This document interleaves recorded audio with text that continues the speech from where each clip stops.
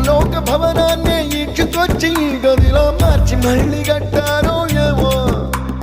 మాయజాలము తెలుసు మంత్రకారడి తెలుసు రెంటి కన్న ఇది ఇంకోటేమో నీలాకాశం నేలాకొస్తే ఇట్టాగే ఉంటాదో ఏమో ఈ సంతోషం దాచాలంటే హృదయాలు ఓ వంద కావాలి